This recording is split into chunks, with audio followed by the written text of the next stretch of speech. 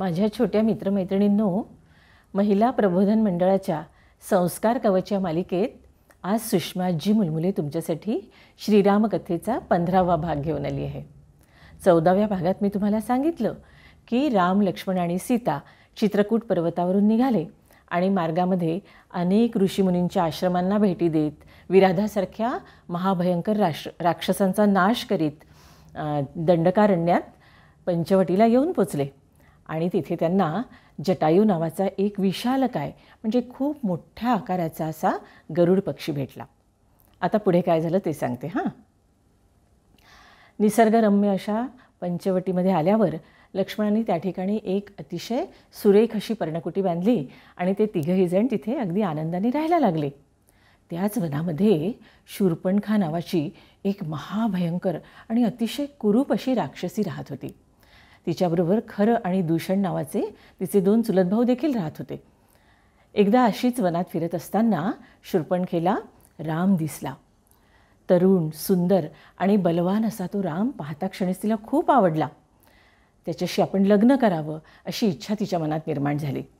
त्याबरोबर तिने एका सुंदर स्त्रीचं रूप घेतलं आणि ती रामाजवळ आली आणि त्याला म्हणाली की तू कोण आहेस? तू तर एखाद्या राजकुमारासारखा दिसतोस. मग या भयंकर अशा वनामध्ये तू कसा काय आलास? रामाने तिला आपली सगळी कहाणी सांगितली आणि विचारलं की तू कोण आहेस?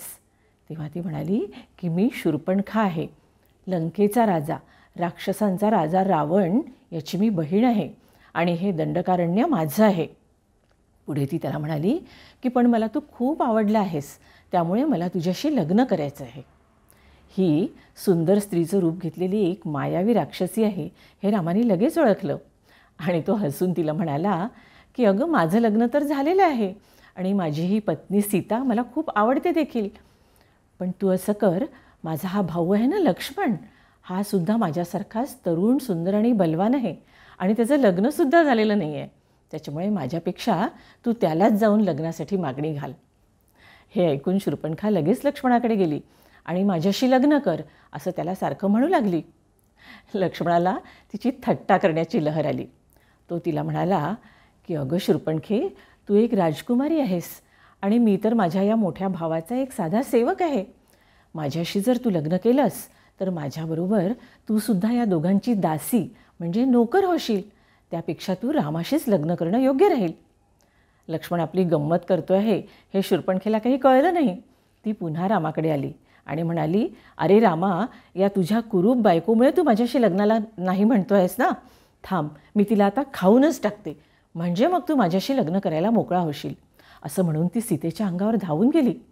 रामानं तिला आवरून धरलं आणि लक्ष्मणाला म्हणाला की लक्ष्मणा, सीतेला त्रास देणाऱ्या या मूर्ख राक्षसिणीला चांगली शिक्षा कर.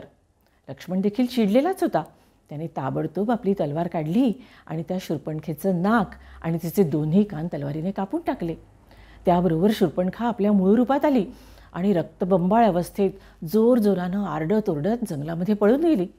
जंगलात जाऊन तिने खरं आणि दूषण या आपल्या चुलत भावांना काय घडलं ते सगळं सांगितलं आणि त्यांना म्हणाली की तुमच्या बहिणीचा असा अपमान करणाऱ्या त्या माणसांना जाऊन तुम्ही चांगली शिक्षा करा, त्यांना ठार मारा. खरं आणि दूषणाला सुद्धा हे ऐकून खूप राग आला आणि राक्षसांचं खूप मोठं सैन्य घेऊन ते राम आणि लक्ष्मणावर चालून आले. त्यांना येताना बघून रामाने लक्ष्मणाला सीतेबरोबर एका गुहेमध्ये सुरक्षित राहण्यासाठी पाठवून दिलं आणि स्वतः त्या 14,000 राक्षसांशी युद्ध करून त्या सगळ्यांना ठार मारलं. खरं आणि दूषणाला देखील रामाने ठार मारलं. वसिष्ठ मुनी, विश्वामित्र मुनी आणि अगस्त्यांनी रामाला जी अस्त्र आणि शस्त्र दिली होती त्यांचा उपयोग करत रामाने हा खूप मोठा विजय मिळवला आणि या दोन्ही राक्षसांच्या आणि शूर्पणखेच्या दहशतीतून त्या जंगलातल्या सगळ्या लोकांची सुटका केली. हा सगळा प्रकार बघत असलेली शूर्पणखा मात्र तिला प्रचंड धक्काच बसला की 2 मानव, 1 मानव एवढ्या मोठ्या राक्षस सेनेचा संहार करू शकतो. तिने तशीच लंकेला रावणाकडे धाव घेतली आणि सगळी हकीकत रावणाला सांगितली आणि ती रावणाला म्हणाली की रावणा, तू एवढा महापराक्रमी, एवढा मोठा लंकेचा राजा असताना ते 2 जंगली माणसं तुझ्या या बहिणीचा एवढा मोठा अपमान कसा करू शकतात?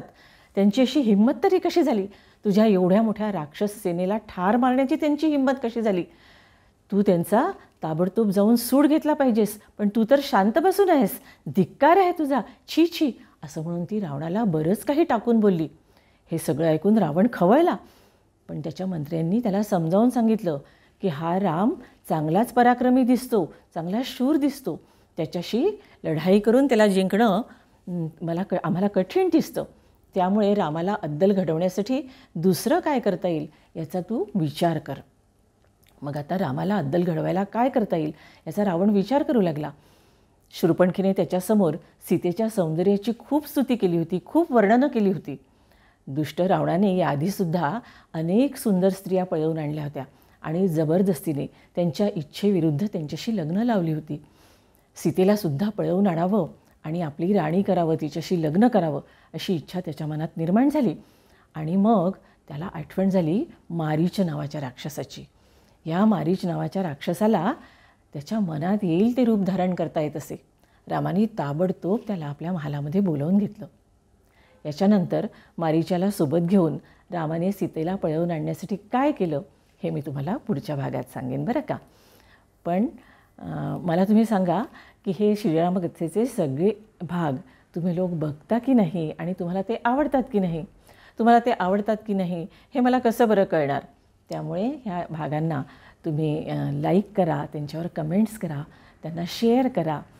आणि हो, आता तुमच्या शाळा सुरू झाल्या आहेत, त्यामुळे पहिल्या दिवसापासून अगदी नियमित अभ्यासाला लागा.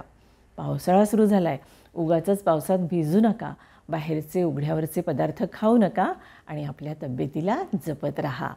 आणि आता चला तर माझ्याबरोबर म्हणा, जय जय जय जय जय श्रीराम.